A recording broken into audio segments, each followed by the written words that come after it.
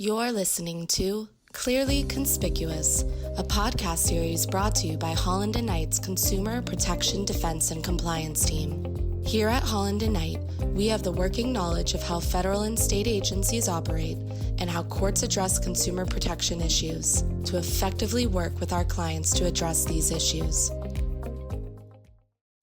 Welcome to another podcast of Clearly Conspicuous. As we noted in previous sessions, our goal in these podcasts is to make you succeed in this environment that's quite aggressive, make you aware of what's going on with the federal and state consumer protection agencies, and give you practical tips for success. It's a privilege to be with you today. Today we discuss the July 2 summer edition of the Consumer Financial Protection Bureau's supervisory highlights that focused on examinations of auto and student loan servicing and debt collectors that were completed between April 1 of 2023 and December 31, 2023. The report also highlights consumer complaints about medical payment products and identifies concerns with financial institutions freezing deposit accounts. So let's start with student and auto loan servicing. With respect to auto loan servicing, the examiners detailed instances of alleged unfair, deceptive, or abusive acts or practices where certain auto loan servicers failed to provide adequate notification to borrowers enrolled in auto pay that they must make their final payments manually. According to the CFPB, this led to late fees being charged when the final payments were not made on time, purportedly violating the unfair prong of UDAP. In response, these servicers agreed to revise their procedures to ensure that they either include the final payment in auto-pay withdrawals or adequately notify consumers enrolled in auto-pay if and when a payment is required to be submitted manually. Now, with respect to student loan servicing, examiners found instances of alleged UDAP violations, such as excessive barriers to assistance, long hold times, and understaffed call centers. Additionally, certain servicers purportedly provided inaccurate information about the forms required for forbearance programs and failed to notify consumers about pre-authorized electronic fund transfers that exceeded previous amounts. In response, servicers agreed to develop and implement plans to reduce hold times and drop rates, improved employee training, and, in certain instances, provided remediation to consumers who were adversely impacted by inadequate customer support. Now looking at debt collectors, there were disclosure violations. The CFPB examiners detail certain instances of alleged Fair Debt Collection Practices Act violations, where some debt collectors, including those handling student loans, failed to provide validation notices within 5 days of initial communication with borrowers.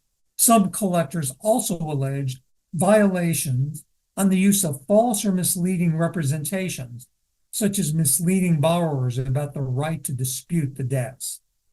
In response, the debt collectors were required to update the written communications with borrowers to provide the validation information and enhance employee training. There was also concerns about harassment and inconvenient communications. Examiners detailed instances of debt collectors purportedly using aggressive or verbally abusive language, communicating at inconvenient times or places, making over 100 calls despite requests to stop, and failing to cease communications through specific mediums as requested by consumers. In response, debt collectors were required to enhance their training and oversight efforts to prevent harassment. With respect to medical payment products, there were consumer complaints concerns. The CFPB examiners identified complaints about how dentists and other healthcare providers promoted, offered, and sold medical credit cards to consumers. According to the report, consumers complained about healthcare providers misrepresenting the specifics of, quote, deferred interest, close quote, promotions, and pressuring patients to open a credit card while receiving treatment.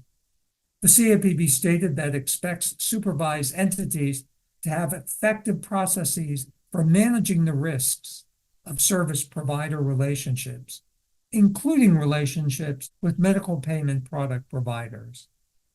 Now, with respect to practices preventing access to funds or account information, account freezes, examiners detail certain alleged UDAP violations where institutions failed to notify consumers when their accounts were frozen due to suspected fraud or other suspicious activity, and did not provide clear guidance on how to unfreeze these accounts.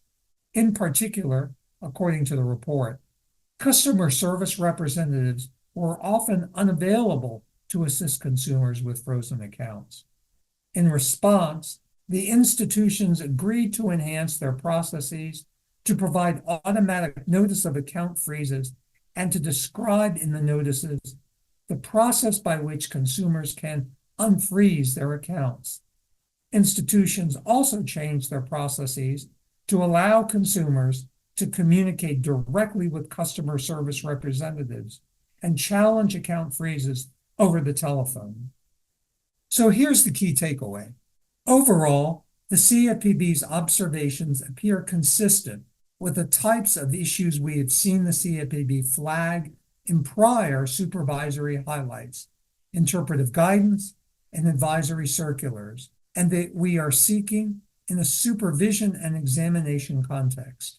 In addition, industry members should note the recent uptick of concerns expressed by the CFPB in two areas in particular: customer service levels and medical debt financing products.